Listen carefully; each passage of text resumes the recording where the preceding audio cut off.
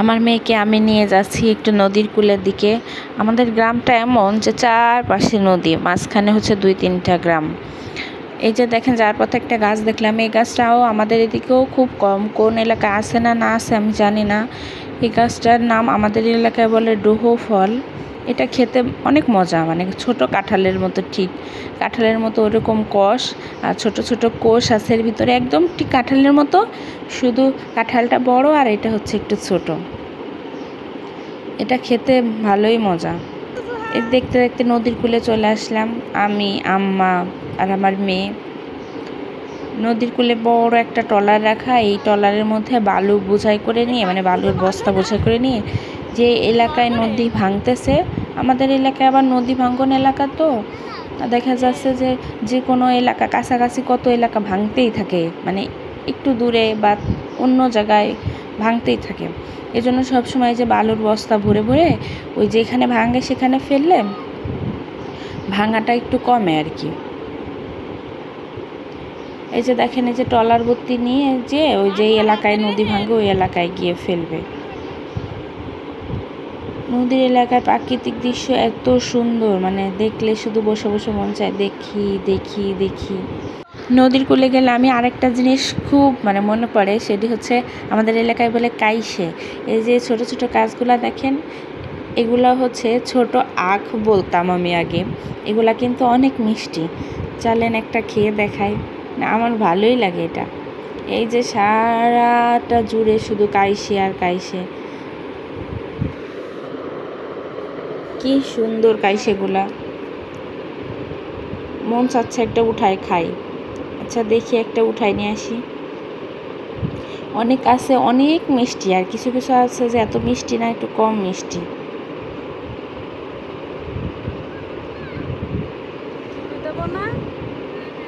ছোটোবেলায় যখন নদীতে গোসল করতে যেতাম তখন আগে এইগুলা খেতাম, মানে এইগুলাকে বলে কাইসে, কাইসে খেতাম, তারপরে গোসল।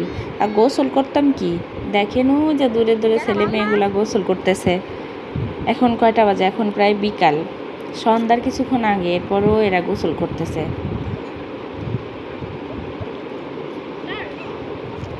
গ্রামে যারা নদীতে গোসল করে এরা বেশিরভাগ বিকালেই গোসল করে, কারণ দুপুরবেলা অনেক রোদ থাকে, তখন গোসল করে আসলে মজা নাই। এখন পানিটা ঠান্ডা, এখন গোসল করতে খুব মজা লাগে। দেখেন এই যে ভাঙার চেষ্টা করতেছিলাম,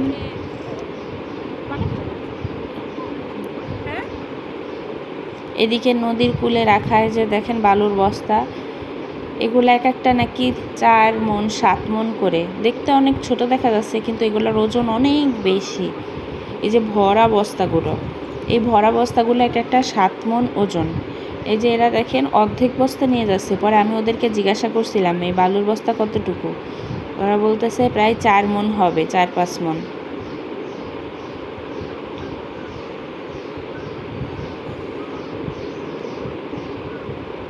চার 5 মণ 4 জনে করে নিয়ে যাচ্ছে, এরপরও কত কষ্ট হচ্ছে দেখেন।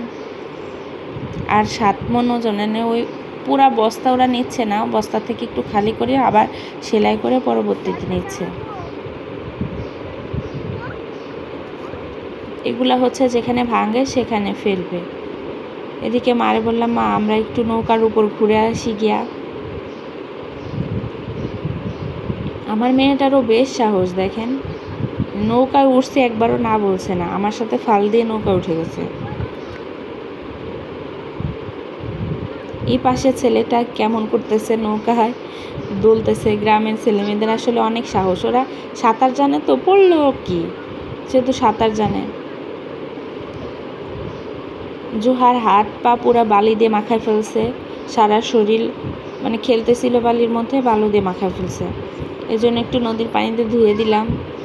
নদীর পানি যদি দেখাইতে পারতাম, মানে কাছ দূর থেকে কতটা দেখতে পারতেছেন বুঝতেছেন আপনারা, নদীর পানি অনেক পরিষ্কার।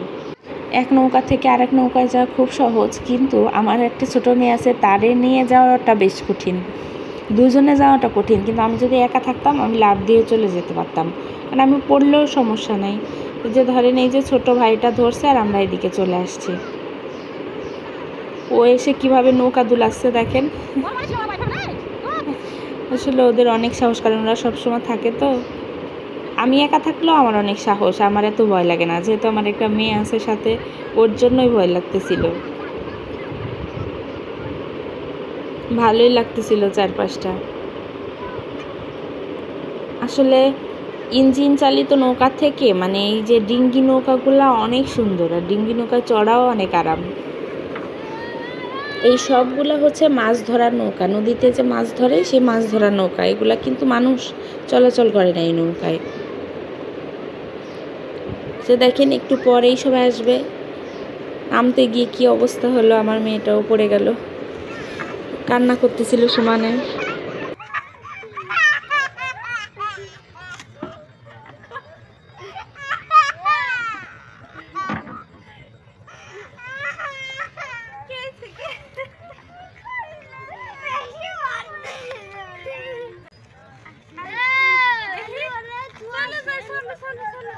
যাই হোক, ওর কান্না থামিয়ে একজন মানে ছোট মেয়ে, সে নৌকাটা টেনে ধরলো আর আমরা নেমে গেলাম। ও নৌকাটা না টেনে ধরলে আমরা পড়েই যেতাম, কারণ নৌকাটা হচ্ছে নিচ থেকে সরে যায়। যে দেখেন প্রায় সন্ধ্যা লেগে আসতেছে, এই জন্য আর বেশিক্ষণ থাকা যাবে না, আমরা বাড়িতে চলে যাবো এখন। ভালোই লাগলো আজকে আসলে এই পাশে দেখেন আকাশটাও কি সুন্দর।